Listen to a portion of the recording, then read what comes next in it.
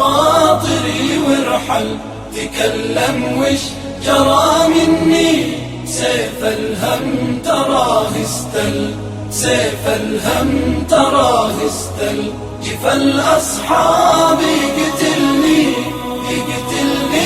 ونتأمل تكلم وش جرى مني سيف الهم تراه استل سيف الهم. الحمد لله والصلاة والسلام على رسول الله. محترم ورونو نننی موضوع ډېر اهم موضوع ده. د اخلاقو په سلسله کې ده. د اخلاقو یو بل قسم نوع او د اخلاقو یو بل طرف خبرې کول، ژبه استعمالول. با اخلاق انسان څنګه ژبه استعمالوي او بد اخلاق انسان څنګه ژبه استعمالوي. من خپل خبرې خپل ژبه د غلامي نه بادشاهي پورې رسولی شي. من خپل خبرې خپل ژبه د بادشاهي نه غلامي پورې بیرته راښکته کولی هم شي. من په پیسو باندې د انسان بدن اخیستلی شو، من په پیسو باندې د انسان زړه نشو اخیستلی. من په خپلو اخلاقو باندې د انسان زړه اخیستلی شو. من په خپل زندگی کې په خپله معاشره کې ځان دپاره دا معاشره د خپلې ژبې د لاسه ګلزار کولی هم شو او د خپلې ژبې د لاسه ځان ته سور اور کولی هم شو.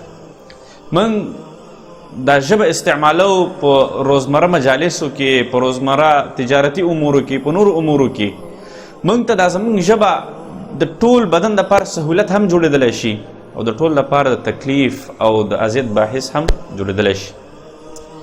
دې سلسله کې د ژبې د ښه استعمال او د با اخلاقه انسان جوړېدلو دپاره یو څو مخصوص نکات دي.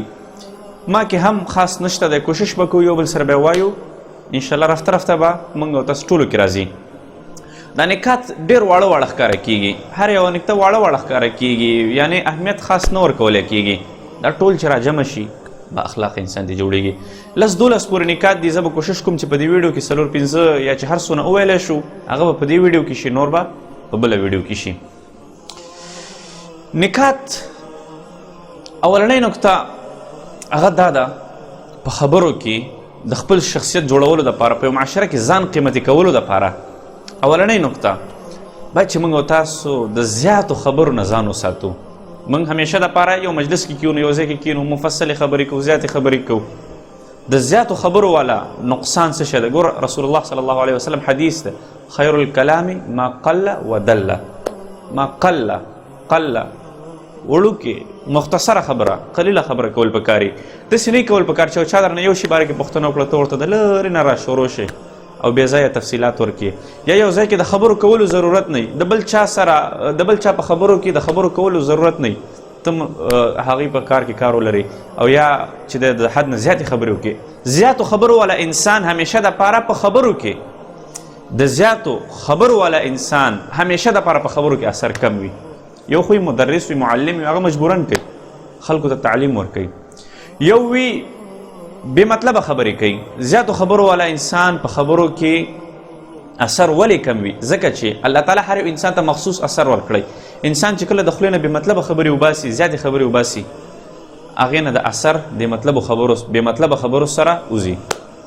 دویم نمبر، زیات خبر والا انسان اکثر بې اعتماده وي، ځکه چې هغه د خپلې خولې نه رازونه وباسي، هغه په خپلو خبرو کې احتیاط ډېر نشي کولی، د خلکو په هغه باندې اعتماد کم شي. زیاتو خبرو والا انسان ته خلک منتظر وي چې دا به کله خبرې بندوي.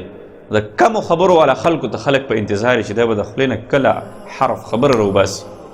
زیاتو خبرو والا انسان همیشه دپاره په مجلسونو کې هغوی ته اهمیت ډېر کم ورکولی کېږي. کمو خبرو والا خلکو ته اهمیت زیات ورکولی کېږي. باید چې موږ تاسو د زیاتو خبرو نه ځان وساتو، مختصرې خبرې. دویم نمبر قانون، په خبرو کې تکبر کول، غټې خبرې کول، د خپل حیثیت نه د خپل ځان نه زیاتې خبرې کول. رسول الله صلی الله علیه وسلم حدیث ده، من تواضع لله رفعه الله. تواضع په خبرو کې پکار ده، عاجزي پکار ده.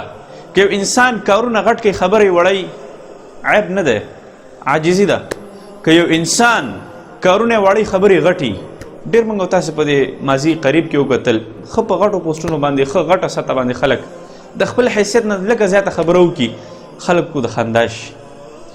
د غټو خبرو کولو نه باید چې موږ تاسو ځان وساتو. په خبرو کې تواضع راولو. په خبرو کې تواضع راوستلو سره څه شی کېږي؟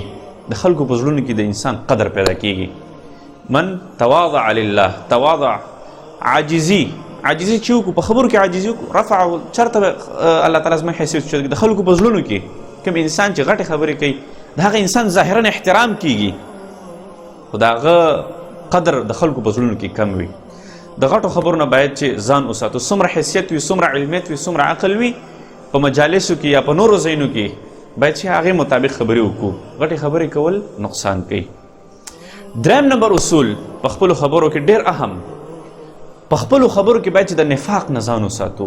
نفاق، دروغ ویل، چغلخوري کول، غیبت کول. یو سره کښېنه ګورئ منافقین اکثریت سره د خولې نه فصیحي، منافقین اکثریت سره د خولې نه چالاک وي، د خولې نه نرم وي، یو سره کینی نرمې خبرې کوي، د بل چغلخوري ورته وکړي، غیبت وکړي. باید چې د دې نه ځان وساتو. نفاق دا د انسان شخصیت خوري.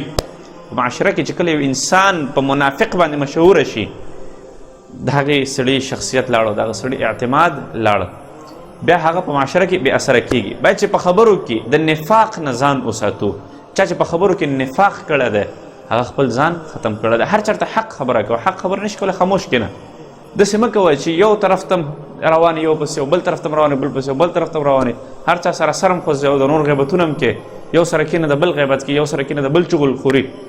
دا د انسان په خپل شخصیت باندې سخت نقصان او دغه کېږي.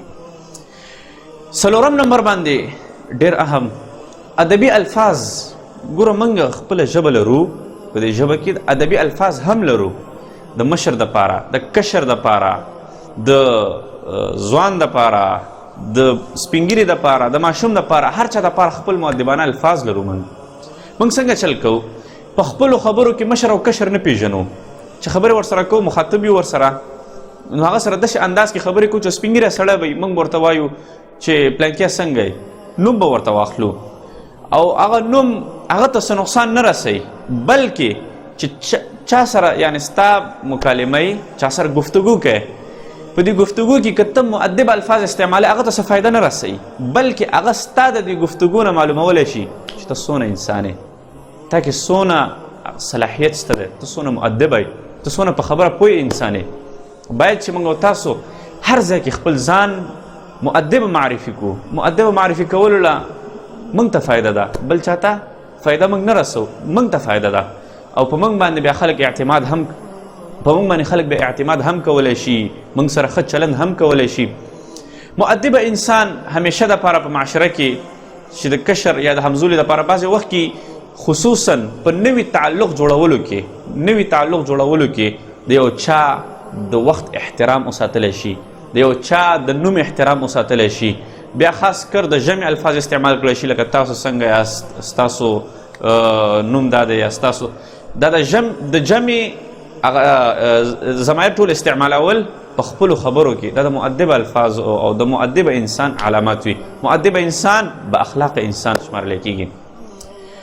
پنځم نمبر باندې دی په خبرو کې یو بل ته تېرېدل.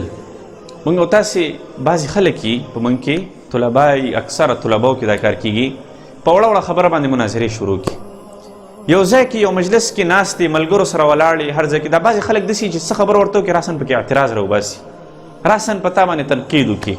بعضې خلک یي چې خبره ورته وکړي راسن نفي وکړي، نه دا خو داسې نه دی، دا داسې دی، کلک به ونښلي. الله چې ده به خپله هم داسې خاص تحقیق په دې خبره کې نه وي کړی.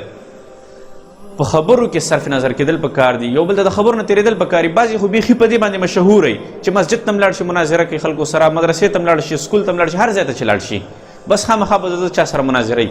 بیا هغه انسان خلک هم تنګوي، هغه انسان نه بیا خلک ورو نفرت کوي، هغه انسان نه ورو ځان ساتل شروع کړي خلک. ما چې په زندګۍ کې 2-3 ځلې بحثونه کړي دي، زه اوسه پورې پښیمانه یم، ځکه چې په خپل بحث مې بل نه دی رضا کړی. ما چې کومې خبرې کړي دي هغه بې حیثیته تللي دي، د هغې خبرو څه فایده نه ده شوې هغه ته، نو زما هغه خبرې هلته فضول تللي دي. نو په دې خپلو خبرو باندې باید چې سړی خفه شي، خپلې خبرې باید چې قیمتي کړو، خپلو خبرو ته وزن ورکړو، خپلې خبرې با اثره کړو. کم انسانان چې کم ملګري چې په خبرو کې د بل د خبرو ته نه تېرېږي او صرف نظر کېږي نه، هغه همیشه دپاره د نورو خلکو په معاشره کې په نورو خلکو کې یعنې ډېر کم ظرفه معلومیږي او هغه خپل حیثیت ورو د لاسه ورکوي. که یو ځای کې خبره کېدله ستا په خلاف خبره وه یا ستا د نظر خلاف وه، په نرمو الفاظو کې که د ویلو امکان ووایه او که نه خاموشي اختیار کړه.